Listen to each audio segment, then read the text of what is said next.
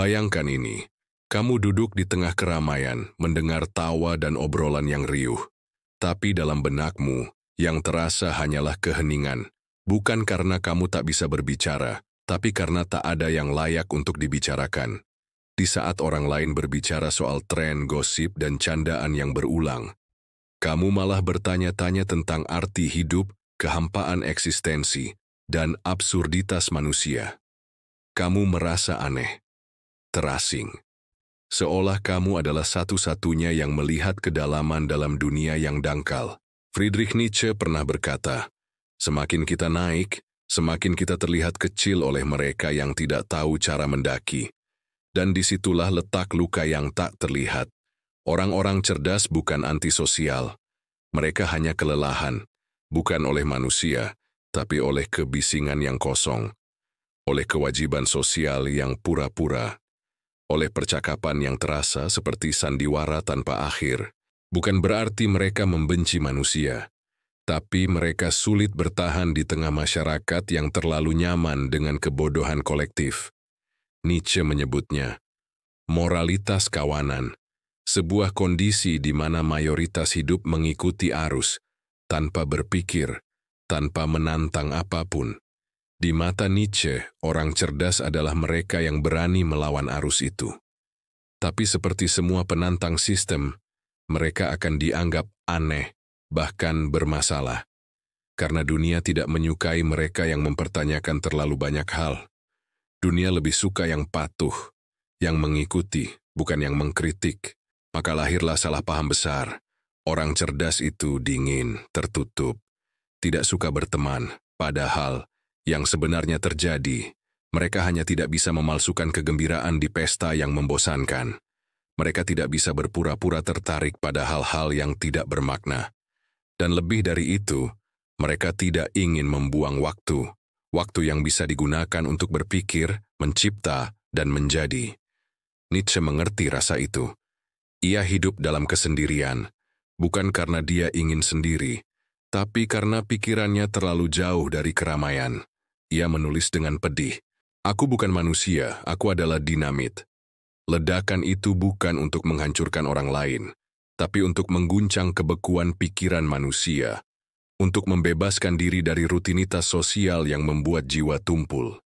Jika kamu merasa asing di tengah orang-orang, bisa jadi kamu sedang berjalan di jalan yang pernah Nietzsche lalui. Jalan sunyi, tapi jujur. Jalan yang tidak ramai, tapi penuh cahaya. Di zaman Nietzsche hidup, abad ke-19, Eropa sedang mabuk dengan semangat moralitas, agama, dan kemajuan palsu. Semua orang berlomba menjadi warga yang baik, saleh, dan beradab. Tapi Nietzsche melihat semua itu sebagai sandiwara besar.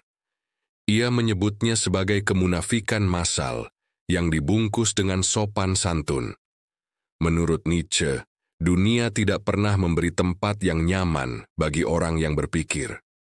Justru sebaliknya, orang yang berpikir akan dihukum secara sosial. Tidak secara fisik tapi secara batin. Dijauhi, dicibir, dianggap terlalu rumit atau tidak asik. Dan hukuman itu terasa menyakitkan. Orang cerdas tidak ingin merasa lebih tinggi dari orang lain. Tapi mereka juga tidak bisa memaksakan diri untuk menikmati obrolan yang dangkal. Mereka tahu bahwa berpura-pura akan menghancurkan integritas batin mereka. Dan itu lebih menyakitkan daripada kesepian. Nietzsche menyebut ini sebagai penderitaan dari jiwa yang jujur. Jiwa yang tidak bisa berbohong, bahkan demi kenyamanan sosial. Seseorang yang memiliki mengapa untuk hidup, dapat menanggung hampir semua bagaimana. Kalimat ini menggambarkan bahwa orang yang berpikir memiliki tujuan yang lebih dalam. Mereka hidup bukan sekadar untuk mengisi waktu, tapi untuk memahami hidup itu sendiri. Dan karena itu, mereka tak sanggup terjebak dalam ritme sosial yang mengulang-ulang. Kerja, hiburan, pamer, tidur, ulangi. Mereka lapar akan makna, haus akan kejujuran, dan dunia sosial tidak menyediakannya. Itulah mengapa mereka lelah. Bukan karena mereka sombong, tapi karena mereka telah mencoba berulang kali untuk masuk ke kehidupan sosial.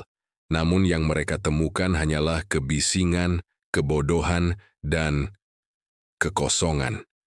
Nietzsche sendiri pernah bersahabat, jatuh cinta, bahkan mencoba menjadi bagian dari lingkungan ilmiah dan filsuf pada zamannya. Tapi semuanya gagal, karena di balik semua itu, ia melihat kepalsuan. Ia menyendiri bukan karena ia benci manusia, tapi karena ia tidak sanggup lagi berpura-pura. Dan dalam kesendiriannya, ia menulis karya-karya besar yang kini kita kenal. Thus Spoke Zarathustra, Beyond Good and Evil, dan The Antichrist. Semua itu lahir dari penderitaan yang dalam dan kesendirian yang menyala. Nietzsche ingin membebaskan manusia dari kepatuhan buta. Ia ingin kita menjadi Übermensch, manusia unggul, bukan dalam arti kekuasaan atau dominasi, tapi manusia yang bisa berpikir sendiri, menentukan nilai sendiri, dan berdiri tegak meski dunia menganggapnya salah. Tapi jalan menuju itu sepi, kebodohan massal, monster yang tak terlihat.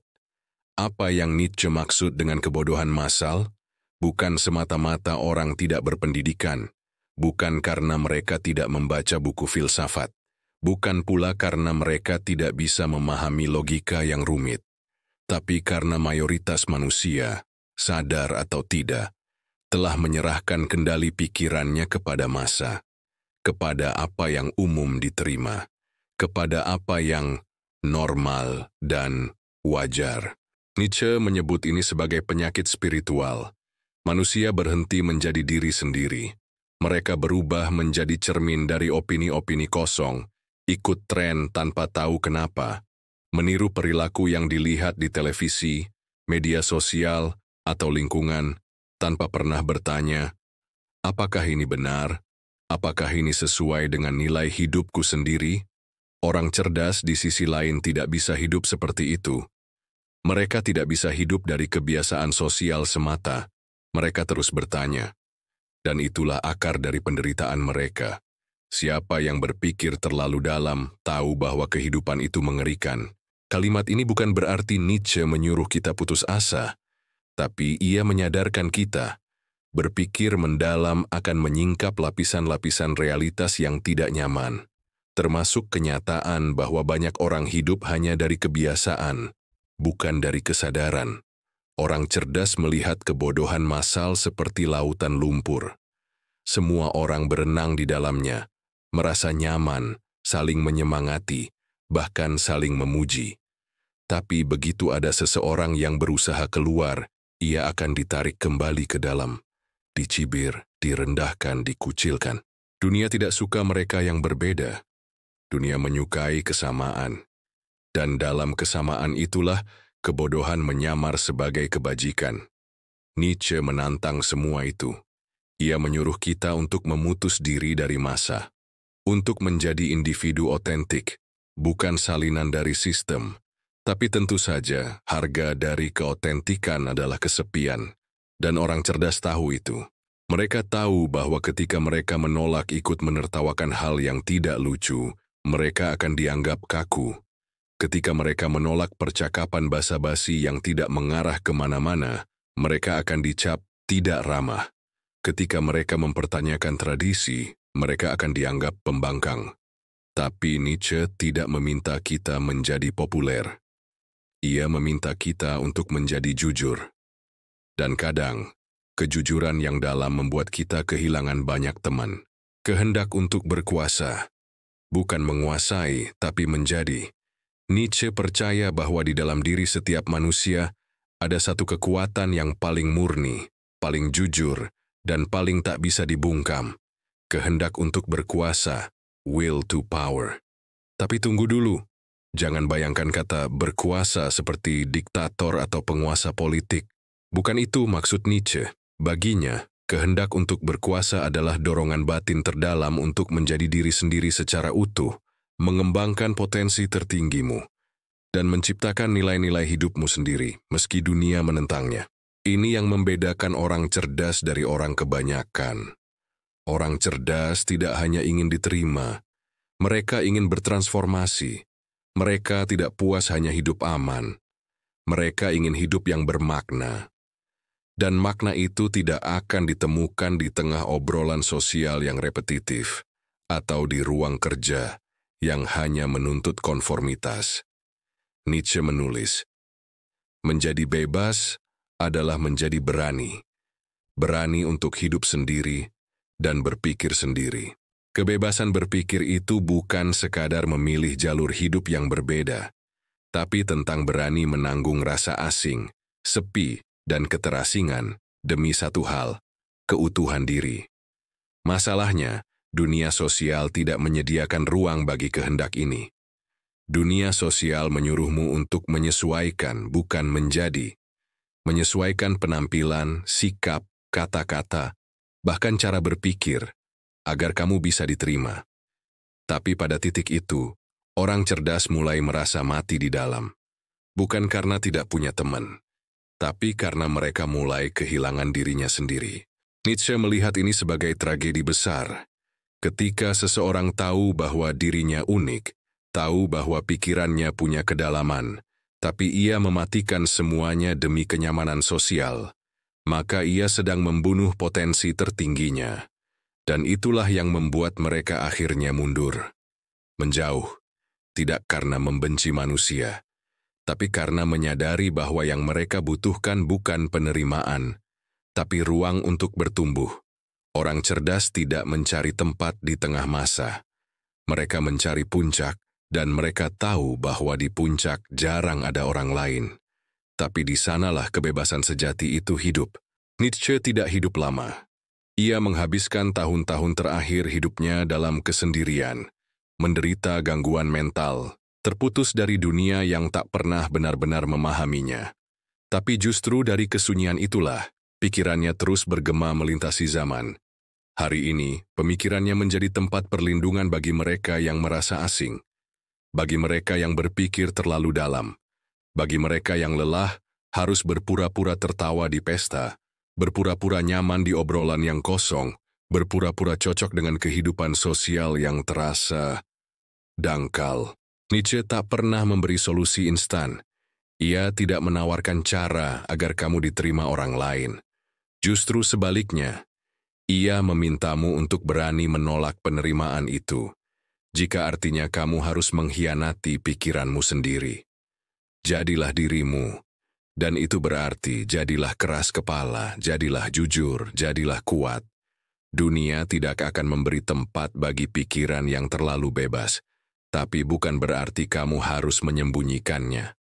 Karena jika kamu menyerah, jika kamu memilih untuk diam, hanya agar diterima, maka kamu bukan lagi dirimu. Kamu hanya bayangan dari sistem yang membentukmu. Orang cerdas harus kuat. Bukan untuk mendominasi, tapi untuk bertahan. Untuk terus mencari makna. Untuk mencipta, bukan meniru. Untuk merayakan keasingan sebagai bentuk keaslian. Ya, mungkin akan ada kesepian, tapi itu bukan akhir. Itu adalah ruang. Ruang untuk berpikir, untuk menjadi, untuk memahami kehidupan lebih dalam. Seperti yang Nietzsche lakukan sepanjang hidupnya. Karena pada akhirnya, kesunyian bukan kutukan bagi orang cerdas. Kesunyian adalah ladang tempat mereka menanam benih-benih pemikiran yang suatu hari akan tumbuh menjadi pohon besar, menaungi dunia yang bahkan belum siap memahaminya. Dan jika kamu merasa sendiri dalam pikiranmu hari ini, ingatlah, kamu bukan satu-satunya. Nietzsche sudah pernah ada di sana. Dan dari tempat sunyinya itu, ia menyampaikan satu pesan. Jadilah seperti matahari. Tetap bersinar meski tak ada yang melihat.